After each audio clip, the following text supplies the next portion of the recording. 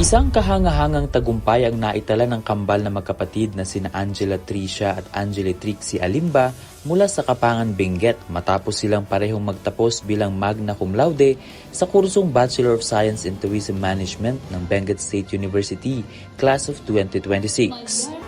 Alimba Angela Tricia Abiliano, magna cum laude. Alimba Angeli Trixie Abiliano, magna cum laude. Kapangan, Benguet. Lalong naging espesyal ang kanilang tagumpay dahil sa kauna-unahang pagkakataon sa nasabing universidad.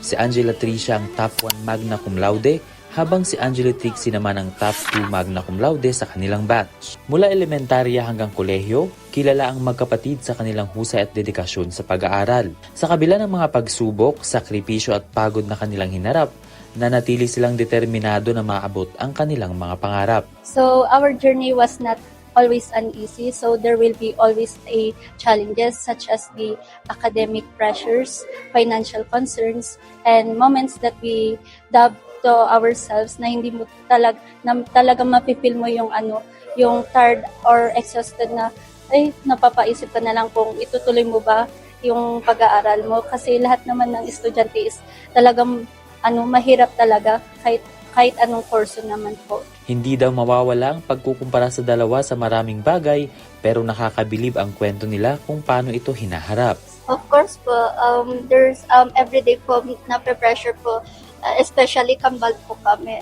There's a comparison or there's a parang doubt po na ganito po na ay kambal, sino mas magaling yung isa, sino ganito.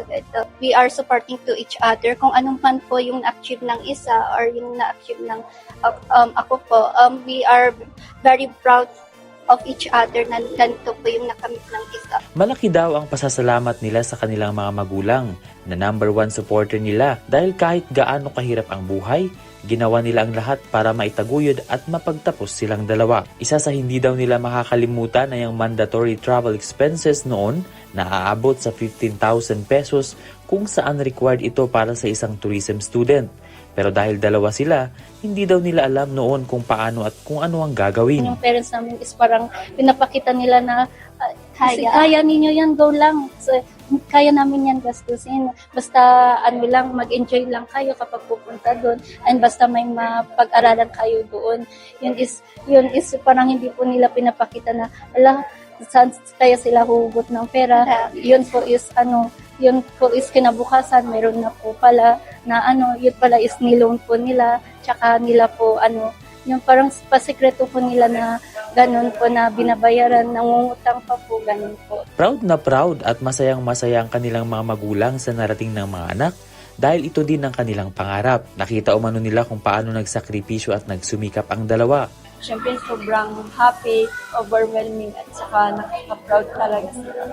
Nagagot, pasyayasan to, kapatid na motivon eskwela da. Talagang nakita namin yung hirap nilang sa pag-aaral, tsaka yung sacrifices lahat, yung sleepless nights, ganun. Payo nila sa mga magulang na kagaya nila na ang susi para sa tagumpay na makatapos ang mga anak ay ibigay ang pinakamalaking suporta. Venpong sila para sa mata ng Agila Northern Luzon, matatag, matapang, matapat.